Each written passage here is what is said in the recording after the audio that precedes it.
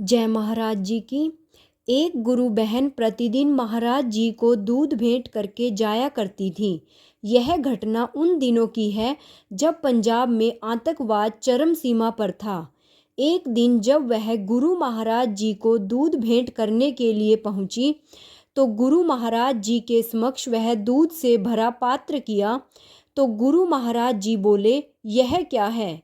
तो उस गुरु बहन ने कहा, महाराज जी यह दूध है। तो महाराज जी ने कहा, लेकिन हम तो दूध कभी पीते ही नहीं, तो तुम यह पात्र हमें क्यों दे रही हो? तब प्रश्न भरी दृष्टि से गुरु महाराज जी की ओर देखते हुए उस गुरु बहन ने कहा, परंतु महाराज जी मैं तो प्रतिदिन आपके पीने के लिए दूध लेकर आती हूँ।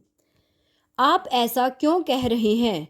गुरु महाराज जी ने आसन के समीप खड़े हुए एक सेवादार भाई की ओर इशारा करते हुए कहा, यह तो मेरे साथ हमेशा रहता है, तुम इससे पूछ लो।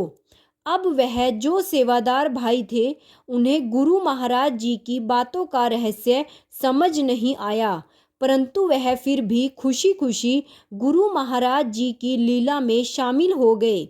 उसने उसे गुरु बहन से कहा, मैंने तो आज तक गुरु महाराज जी को कभी भी दूध पीते नहीं देखा और आपने कभी भेंट किया हो ऐसा भी कुछ याद नहीं है। यह सुनकर उस गुरु बहन के माथे पर सर्दी में भी पसीना आ गया।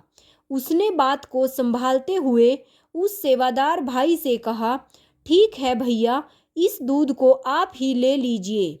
तब गुरु महाराज जी बीच में ही बोल पड़े। महाराज जी ने कहा, यह क्यों ले? इसके घर में तो दूध की नदियां बहती हैं। अब उस गुरु बहन के सब्र का बांध टूट गया और उसकी आंखों से अश्रुधारा बहने लगी और उसने गुरु महाराज जी के समक्ष हाथ जोड़ लिए। और जब वह गुरु बहन रोने लगी तो गुरु महाराज जी ने कहा, अरे तुम रो क्यों रही हो? उसने कहा, गुरु महाराज जी मुझे माफ़ कर दीजिए, मुझसे बहुत बड़ा अपराध हो गया है। महाराज जी ने कहा, अपराध? कौन सा अपराध? तब उस गुरु बहन ने बताया कि आतंकवाद के कारण कहीं आना जाना बहुत कठिन हो गया है।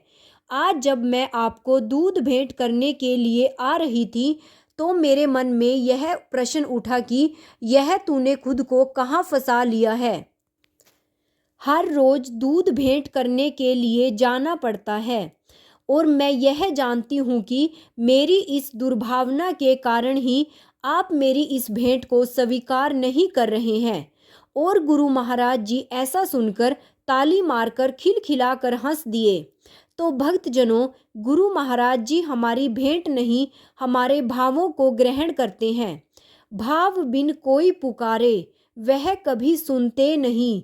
भाव से अर्पण करो तो एक फूल भी स्वीकार है।